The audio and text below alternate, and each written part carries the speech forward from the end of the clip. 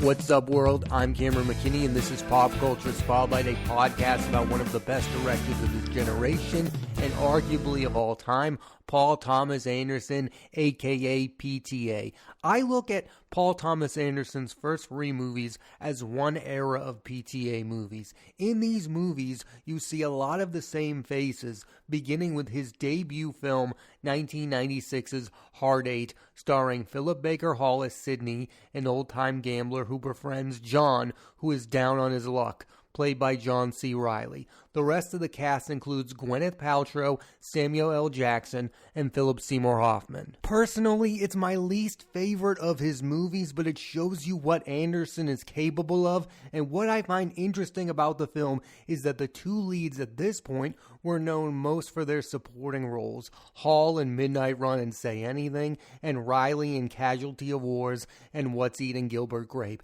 Anderson has a history of picking the right people and giving them leading roles, and his first movie is a perfect example of that. It was his sophomore film Boogie Nights where Paul Thomas Anderson became PTA, a revered filmmaker, where a then young Mark Wahlberg plays aspiring porn star Dirk Diggler alongside Julianne Moore, Burt Reynolds, John C. Reilly, Don Cheadle, Philip Seymour Hoffman, Philip Baker Hall, William H. Macy, and Heather Graham. That's 7 Oscar nominees and 2 eventual winners. You could say it's the best ensemble of actors ever assembled. There are moments in a great filmmaker's career where they become a tone and genre themselves, and that's what happened on Boogie Nights, especially a notable scene with William H. Macy and the sequence involving Alfred Molina. There has never been anything like that in movies before. That's where Anderson became one of a kind. You don't care what genre of movies he makes, you just care that he's the one that made it. For Boogie Nights, Anderson became a first-time Oscar nominee for its screenplay, along with Burt Reynolds and Julianne Moore getting their first ever Oscar nominations. It's been well documented that Anderson and Burt Reynolds did not always get along. Here's what PTA told Bill Simmons on his BS podcast, quote, "I think that when Burt and I kind of got into it, it may have been the day before or the day after, but it was really a tense 3 days on the set of Boogie Nights. The other 57 days were really fun and a lot of laughs, but there were 3 tense days there in the middle where Mark was fighting with Burt, or in the film. Looking back, it was really in the nasty part of the movie too, when really everything is going wrong." Anderson is far from the only young filmmaker to have a tense relationship with an established movie star. Another example of this is when Wes Anderson worked with Gene Hackman on The Royal Tenenbaums. And what I find interesting about both situations, for Reynolds and Hackman, those movies ended up being 2 of their best works, and it didn't seem like at the time that those legends thought that it would end up that way, that those films would become as beloved as they are today. Here's what Burt Reynolds told GQ about his relationship with Anderson on Boogie Nights, quote, "Personality-wise, we didn't fit. Wasn't crazy about being directed by a guy who's younger than some sandwiches I've had. Every shot we did, it was like the first time that shot had ever been done. I remember the first shot we did in Boogie Nights where I drive the car to Grauman's Theater. After, he said, 'Isn't that amazing?' And I named 5 pictures that had that same kind of shot." So clearly, Burt Reynolds thought that Paul Thomas Anderson was a bit of a movie know-it-all. But because of the popularity of Boogie Nights, these 2 are going to be connected till the end of time. That's what's insane about it. That's why so many people are interested in the relationship between Burt Reynolds and Paul Thomas Anderson, because Boogie Nights has become a classic. Anderson's 3rd film is a test of his fans. Some view it as his magnum opus, others view it as too self-indulgent and too in-your-face. I'm of course talking about 1999's Magnolia, which has another stacked cast and has Anderson working with the biggest movie star in the world, Tom Cruise, who is playing TJ Mackey, a motivational speaker. For the performance, Cruise was nominated for an Oscar for Best Supporting Actor, and before and since, he has never given such a daring performance. Say what you will about Raining Frogs, but this is one of the best movies about about fathers you'll ever see. Now looking back at Magnolia, it was kind of an end of an era for Paul Thomas Anderson. It was the last time he worked with a lot of his major collaborators. It was the last time John C. Reilly played a major role in a PTA movie. It was the last time Philip Baker Hall played a major role in a Paul Thomas Anderson movie, and it was the last time Julianne Moore played a major role in a Paul Thomas Anderson movie. I mean, there's a world where Paul Thomas Anderson becomes more like Wes Anderson and just routinely uses the same actors over and over again, and it looked like that was going to happen because Hard Eight, Boogie Nights, and Magnolia have a lot of the same actors.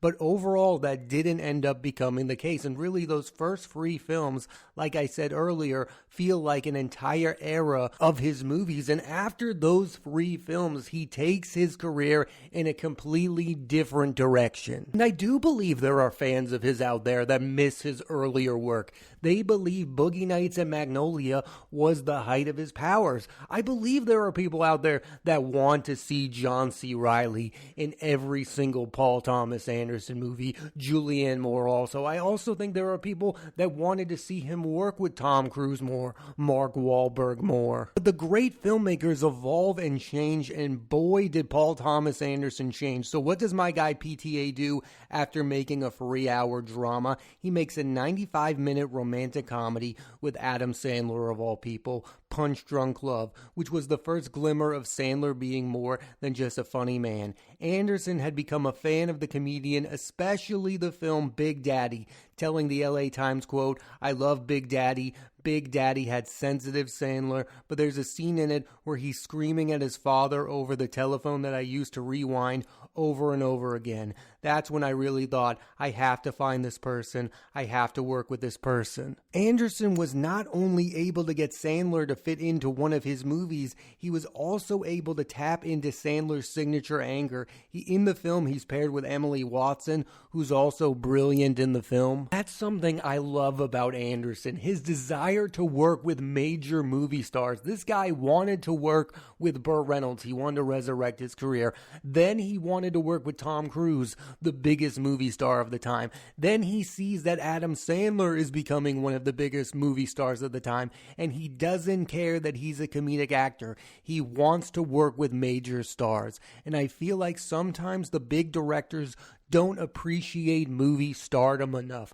Paul Thomas Anderson is clearly someone who wants to work with massive stars and bring you what these stars do best. And Punch Drunk Love is a perfect example of Adam Sandler doing what Adam Sandler does best in an elevated way because it's in a Paul Thomas Anderson movie. And it's because of this movie that we've gotten these other great dramatic performances from Sandler in the Meyerowitz Stories, in Funny People, in Uncut Gems and Hustle. It's all because of Punch Drunk Love that we get a more serious side of Adam Sandler. Anderson then went from working with Sandler to the modern face of method acting himself, Daniel Day-Lewis, in the Western epic There Will Be Blood, where Lewis plays Daniel Plainview, an oil salesman. For many, this is Anderson's best movie. In the film's best moments are the scenes between Lewis and Paul Dano, who plays Eli Sunday, a preacher who is also a bit of a salesman.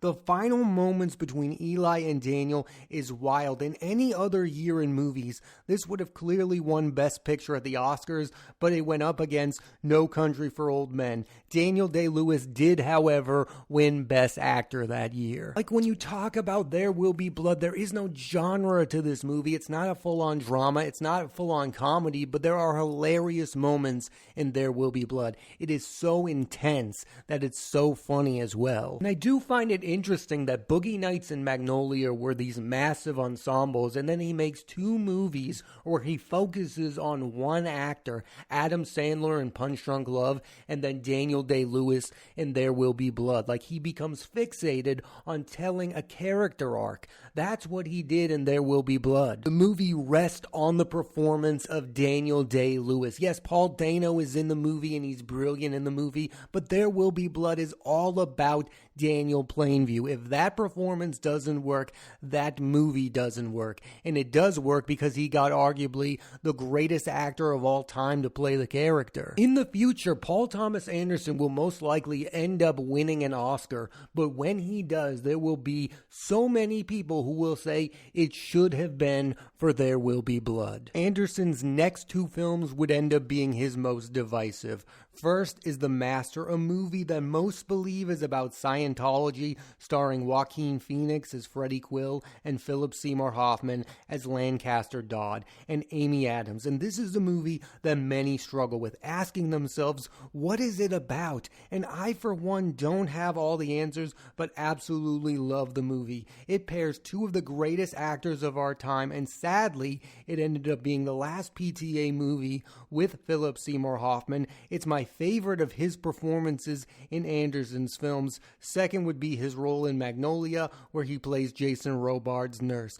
People look at The Master as a movie about a cult. I view it as a movie about two guys who see themselves in each other. And we all know how brilliant Joaquin Phoenix is. He won the Oscar for Joker, but he really probably should have won it for The Master. I mean, people forget that when Joaquin Phoenix made this movie, it was during that time period where he had retired from acting in a mockumentary on David Letterman. He was getting hazed by people. People were sick and tired of Joaquin Phoenix. This revitalized his career and made him the actor that he is today. I think The Master is one of the most important movies of Joaquin Phoenix's career. It's the best transformation of his career. What he does with his body in this movie is unreal and unseemly. And people's frustrations with this movie is that it's a movie about the ideas more so than it's about the plot. And if you don't like the ideas the movie is selling, you're not going to care for the movie. I absolutely love The Master. It's also Anderson's best looking movie. Like, the scenes on the beach with Joaquin Phoenix being a madman are shot beautifully. Anderson next re-teamed with Phoenix on the stoner mystery film Inherent Vice, a movie that many have a hard time following, and I'll admit it's not an easy watch, but in there is brilliant performances from Phoenix playing Doc, a private eye who is stoned all the time, Josh Brolin as Bigfoot, a cop who works with Doc, and Catherine Watterson in one of her first big roles. Reese Witherspoon is also in this movie. Owen Wilson is also in this movie. Benicio del Toro is also in this movie. I think it's one of Anderson's most watchable films. It's an enjoyable watch. But for me, it's not up there with his other films that I deem as masterpieces. It's not up there with The Master. It's not up there with Boogie Nights. It's not up there with Magnolia. But I think that's the issue a filmmaker like Paul Thomas Anderson has, is that all of his movies are going to be compared to his other great work. And Inherent Vice is a very good movie, and it would be deemed even better than it is if it wasn't made by Paul Thomas Anderson. Anderson's most quaint movie is Phantom Thread, his second movie with Daniel Day-Lewis as his leading man. It has an incredible breakout performance from Vicky Krieps. Day-Lewis plays Reynolds Woodcock, an obsessive dressmaker. It doesn't have the same high manic energy as his other movies, but it's effective in its own way. I would compare it to when Scorsese made Age of Innocence, which also starred Daniel Day-Lewis. It was a period piece different than his signature movies, but it's great in its own way, and that's how I feel about Phantom Thread. After a private screening of the movie in London, here's what Daniel Day-Lewis had to say about working with PTA, quote, "There's nothing mad you can do that he won't encourage you to be madder. I love that.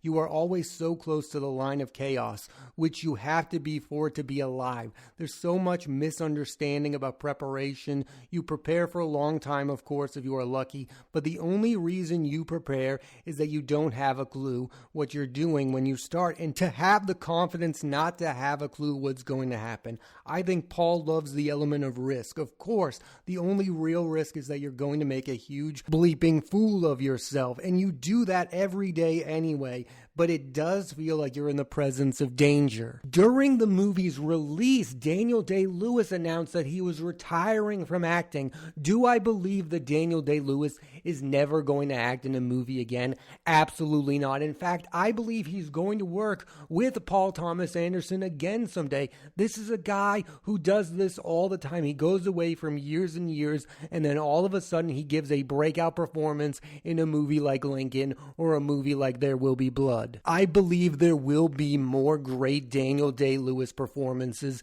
in the future. Anderson's last movie, Licorice Pizza, feels like a return to form in a way. It's reminiscent of Anderson's earlier films. It takes place in San Fernando Valley, the setting of both Boogie Nights and Magnolia. I also see it as in conversation with Punch Drunk Love and Phantom Thread, because all three of those movies are about relationships. Licorice Pizza stars Cooper Hoffman, the son of Philip Seymour Hoffman, arguably Anderson's best collaborator, and musician Alana Haim. And they are great. It's unreal that it was their first movie. One of the most memorable parts of the movie is Bradley Cooper as notorious film producer John Peters. Only Anderson can get massive stars like Cooper and Tom Cruise to take on supporting roles. Many have called it a hangout movie. I mean, it's kind of like Boogie Nights in that way, where you just want to spend time with the people on screen. You don't care if the plot is moving forward. You want to be with Cooper Hoffman for the next 2 hours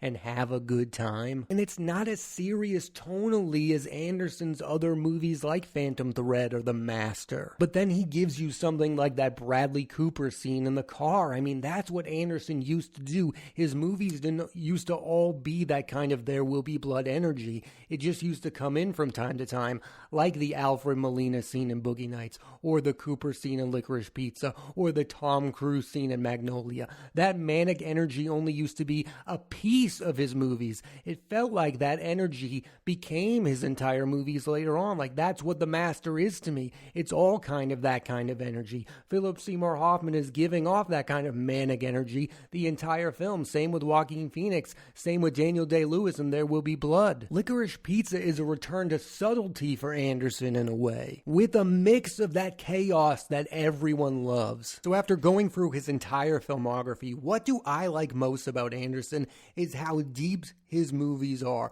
while still being entertaining. He's also, again, one of these directors who knows how integral movie stars are, and almost no one gets better performances than Paul Thomas Anderson. Even minor performances in his movies are amazing. Like, I'm thinking about Philip Seymour Hoffman's roles in Boogie Nights and Punch Drunk Love. He's not in those movies a lot, but man, is he making a real impact in them. One of the many reasons I felt the need to podcast about Anderson is not only because I wanted to revisit his uber impressive filmography, but also because for the first time ever, he's working with Leonardo DiCaprio on a new movie, who turned down the role of Dirk Diggler in Boogie Nights. Yes, that would have been a good movie, but Mark Wahlberg crushed the role. I'm pumped to finally see Leo work with PTA. He's one of those filmmakers you want to see work with your favorite actors. Here's some others I would love to see work with PTA. Tom Hanks. We need to get Tom Hanks in a Paul Thomas Anderson movie. He's now worked with Wes Anderson. He's worked with the Coen brothers. He's worked with Steven Spielberg. He's worked with many of our great directors. It's time to get Tom Hanks in a Paul Thomas Anderson movie. Denzel Washington, maybe our most intense actor working today. I mean, could you imagine Denzel Washington in a movie like There Will Be Blood? It would be amazing to watch. I just feel like those two would really connect. Adam Driver, who's on a quest to work with every great filmmaker, he would crush in a Paul Thomas Anderson role. I feel like Adam Driver would love to be a supporting actor in a PTA movie. Ryan Gosling, yes, we're seeing his comedic side with Barbie, but I also want to see that super intense side. You know, the guy from The Place Beyond the Pines. I would love to see Gosling in one of Anderson's movies. Anne Hathaway, I think of her as a performer who really goes for it, and I feel like Anderson gets really good performances from those kind of actors. I mean, you could definitely see her in like the Julianne Moore part in Magnolia. I think Anne Hathaway would absolutely kill it in a Paul Thomas Anderson movie. I also have Michelle Williams, who in a similar way is really good at really going for it. She can also be super subtle. I feel like her and Anderson would make a really good movie. Rooney Mara, who I feel like is the forgotten great actress of her generation. I mean, she's the person who starred in The Girl with Dragon Tattoo and Carol. I think she gives great performance after great performance. I would love to see her in a Paul Thomas Anderson movie with Joaquin Phoenix, possibly. I mean, who wouldn't sign up for that? And finally, Emma Stone. I feel like she would really commit to one of Anderson's films. And of course, there are actors I want him to work with again. Adam Sandler and Tom Cruise are atop the list. I mean, I would love to see them work together on one of Anderson's movies. Tom Cruise is the one who connected Sandler with Paul Thomas Anderson. Get me a PTA movie starring Tom Cruise and Adam Sandler ASAP. Let's end the podcast with this, my Mount Rushmore of Paul Thomas Anderson movies. Coming in at number 4, Magnolia, his most ambitious and emotional film. Number 3, There Will Be Blood. Has anyone made a better movie about greed and power? I don't think so. Number 2, Boogie Nights. Everything I like about Anderson is on full display. All of his mainstay actors are in it. It's far and away his most entertaining film. Number 1 might be a controversial pick, but I'm going with it. The Master. It's his most complicated. It has the 2 best performances I've seen in his films from Hoffman and Phoenix, and it's also his best looking movie. Thanks for listening to this edition of Pop Culture Spotlight. I'm Cameron McKinney. I highly recommend you go back and watch the work of director and writer Paul Thomas Anderson. There will be new episodes of Pop Culture Spotlight every Thursday on Apple Podcasts and Spotify, so please rate, review, and subscribe.